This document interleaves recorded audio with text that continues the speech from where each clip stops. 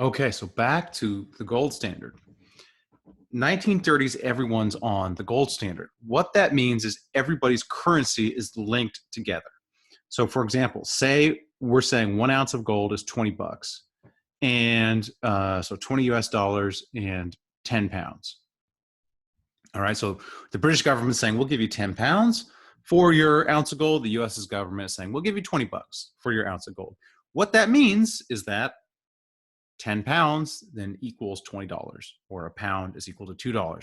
So everyone then is connected via the gold standard. If somebody gets out of whack where they're giving too much dollars for gold or too little dollars for gold, typically there'll be a correction. So for instance, if the US is giving too little, if they're giving 20 bucks but people want 30 bucks, what happens is the government then has to raise the value of the currency. They have to make their currency worth more, which you do by raising your interest rates. Essentially, you're going to give a bigger return on dollars, making them more valuable. And so that's how it works. So we're all linked. And if you do something, that affects me. If all of a sudden, pounds are more valuable, I have to make my currency more valuable, and vice versa. Okay. Enter France. Okay. France has really bad, basically everybody goes off the gold standard for World War I. So World War I happens, you need to pay a bunch of people. You can't print money because you don't have the gold. So everyone kind of just goes off the gold standard, prints a bunch of money to pay their soldiers. And then that creates inflation, it creates all these problems. And so France has this traumatic inflation, and then they go back on the gold standard. So everyone kind of goes back on the gold standard after World War I. France goes back on, and they say, we're giving lots of francs. We're going to give you lots of francs for gold. We're going to give you a really good deal. Now, under normal conditions, what would happen is they've essentially undervalued their currency. They're saying, we'll give you a lot of francs. They kind of messed up and where they went back on the gold standard. What would normally happen is gold would go to the country. They would print up the francs. They'd have to print the francs to buy this gold. And then as they print those francs go out into the money supply of the country. That causes prices to rise. Okay, now that the prices have risen in France, well, now your francs aren't worth as much because you can't buy that much French goods because prices have gone up. And so basically, even though you've come in as undervaluing your currency, because prices rose, now you're fine.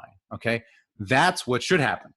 That's what doesn't happen, though. What France does is, as the gold comes into France, because everyone's like, wow, France is giving a good deal.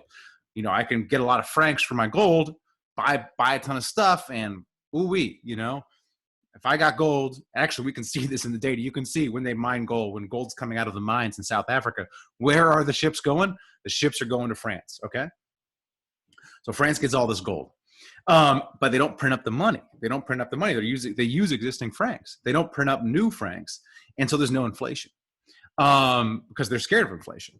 And so what happens is all this gold comes to France. So we can see it in the data right here. So here's the millions of gold content. Here's France. France is red. So you can see France is expanding how much gold they have. Here you can see the share of the world gold reserves shooting up for France. Here in percentage terms, here's the percentage increase. We can see that. Okay, sterilization. So this is what I'm saying is they're not printing money up to match this gold coming in. Here's the evidence for that. This is the ratio of the central bank gold to domestic liabilities, essentially currency. So we can see it increasing. They're getting more gold, but they're not printing the corresponding money.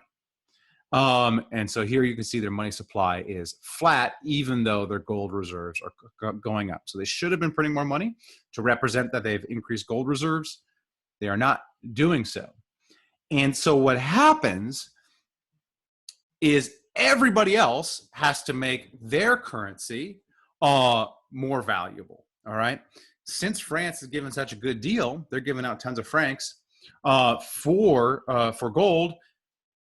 Investors are taking gold out of the US, out of the UK, moving it to France. So the US and the UK have to essentially defend their gold reserves. They have to make their money more valuable. How do you make your money more valuable? You have to have less of it or increase interest rates, which is essentially the same thing, saying, hey, our money is more valuable. And so this great quote, which I'm going to read entirely, but basically the British are like, hey man, stop taking all our gold because it's causing a money contraction here. And then France is like, hey, if you don't want the gold to come to France, contract your money. And the Brits are like, yeah, that's what we just said. And so basically what happens is everybody else has to raise their interest rates, which is lowering the money supply, raising your interest rates, making your money more valuable to defend against France taking all the gold. And so what you can see is that increase right here.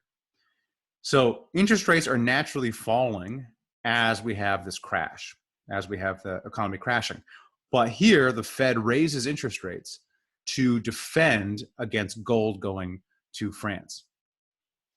Okay, all right. So Britain is doing the same thing. Okay, all right, yeah. All right, so just covered all this. All right, and so why is this a problem? When you have deflation, all right, so the US has this deflation, prices are falling. What you want to be doing is pumping more money out there, expanding the money supply. But because the Fed was scared of losing the gold to France, they did the opposite. They took money out. They raised interest rates. So they essentially did the exact opposite of the thing you should do in response to a financial meltdown. What you should be doing is getting money out there, getting people spending again. They took money away. They raised interest rate. They made it harder to get money. So they did the exact opposite thing you're supposed to do. That's why the Great Depression was so bad. Downturn, economy probably would have recovered, but right as it hit its bottom in 1931, the central bank just does the exact opposite of what you're supposed to do. And if you look at this data, what you can see is that countries recover as soon as they leave the gold standard. Eventually, countries say enough is enough. Like, we can't just keep raising interest rates. We can't just defend our gold. We're done with it. We're going to leave the gold standard. And so what you can see here's Britain. As soon as they leave the gold standard, their economy starts to recover. Here's the US. As soon as the US leaves the gold standard, our economy starts to recover. France, basically stays on the gold standard forever, and their economy stays down there for the bulk of the 1930s. Here's another graph showing the same thing. All right, countries that are not on the gold standard essentially never even have a Great Depression. So here's Japan, never really endures the Great Depression. Spain on here. Spain, is a similar thing happened to Spain. It's not on this graph. All right. Okay, and so we'll finish up this lecture in the next video.